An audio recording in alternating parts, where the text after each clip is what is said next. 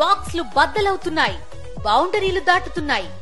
పూర్తి వివరాలకు చదవండి రేపటి సాక్షి దినపత్రిక.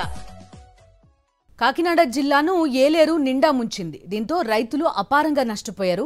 5 రోజులుగా తమ పంట పొలాలు నీట మునిగే ఉన్నాయని రైతులు ఆవేదన వ్యక్తం చేస్తున్నారు.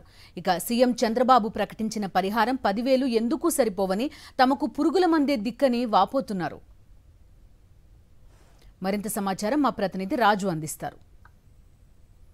కాకినాడ జిల్లాలో ఏలేరు వరద తగ్గుముఖం పట్టినప్పటికి కూడా శివారు ప్రాంతాలు ఏవైతే ఉన్నాయో అవన్నీ కూడా ఇప్పటికీ పూర్తిగా జలదిగ్బంధంలో చిక్కుకున్న పరిస్థితి ఉంది.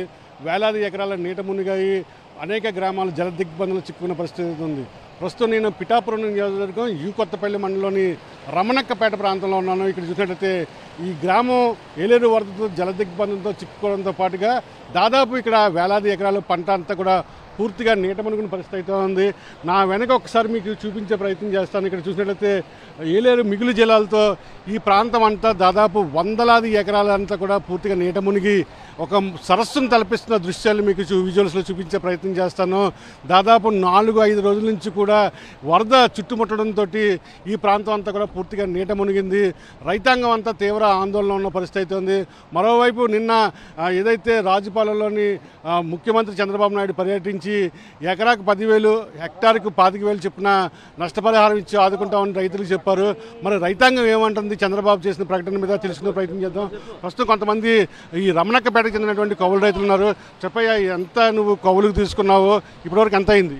2 ఎకరాలు తీసుకున్నానండి బాబు కౌగులకి. ఎకరానికి పెట్టుబడి అయితేనే సిత్తు అయితేనే 50,000 వరకు అయిందండి బాబు. ఈ ఎకరానికి 10,000 ఇస్తానే మాకేం కడితే పురుగుల మంది చావాలండి బాబు. మేము పురుగుల మంది చావాలండి బాబు. 2 ఎకరాలు పువ్వు ఊడ్చినారు సార్. మామూలుగా ₹1,00,000 పెట్టుబడి పెట్టేవాళ్ళండి. సూపర్ నీటి ములిగి 4-5 రోజుల నుంచి సూపర్ కుళ్ళిపోయి దుబ్బులు పడగా పోయిందండి. ఇంకేం పని అవ్వదండి. ఇంకా దాని మీద ఆశ ఏం లేదండి మాకు. ఎన్ని ఎకరాలు ములుగు ఉంటుంది మీ అంచనా ఈ రమణక్కపేటలో? రమణక్కపేట మొత్తం ఆయకట్టు 1000 ఎకరాలండి. 1000 ఎకరాలకు 1000 ఎకరాలు మునిగిపోయిందండి. 1000 ఎకరాలకు 1000 ఎకరాలు మునిగిపోయిందండి. ఒక్క 4 రోజుల నుంచి మొత్తం మునిగిపోయిందండి. ఇంకా వారం రోజులకు కానీ ఈ వాటర్ తగ్గదండి. సార్, చంద్రబాబు నాయుడు గారు ఎకరాకి పంట నష్టపోయిన రైతుకి ఎకరాకి 10,000 చొప్పున, హెక్టార్కి 25,000 చొప్పున నష్టపరిహారం అందిస్తున్నారు. మరి అది రైతు తేరుకోవడానికి ఆ పరిహారం సరిపోతుందంటారా? ఆ పరిహారం ఏం సరిపోదండి. ఎకరానికి కనీసం 40,000 ఇస్తే కానీ రైతుకి పరిహారం సరిపోదండి. కనీసం రైతు కష్టపడేదానికి కూడా రాదండి. విత్తనాల ఖరీదు కూడా రాదండి. 10,000 విత్తనాలు ప్యాకెట్ కొనుక్కుంటే 3,000 అండి.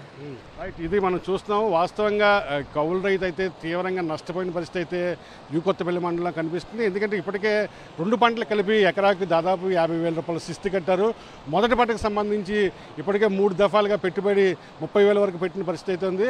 అయితే ముఖ్యమంత్రి చంద్రబాబు నాయుడు ఏదైతే కౌలు రైతుకి ₹10,000 ఎకరాకు ఆర్థిక సహాయం అందించి నష్టపరిహారం ఇస్తున్నారు, అది ఏ మేరకు కూడా సరిపోదని చెప్పి రైతులు ఆవేదన వ్యక్తం చేస్తున్న పరిస్థితి అవుతుంది.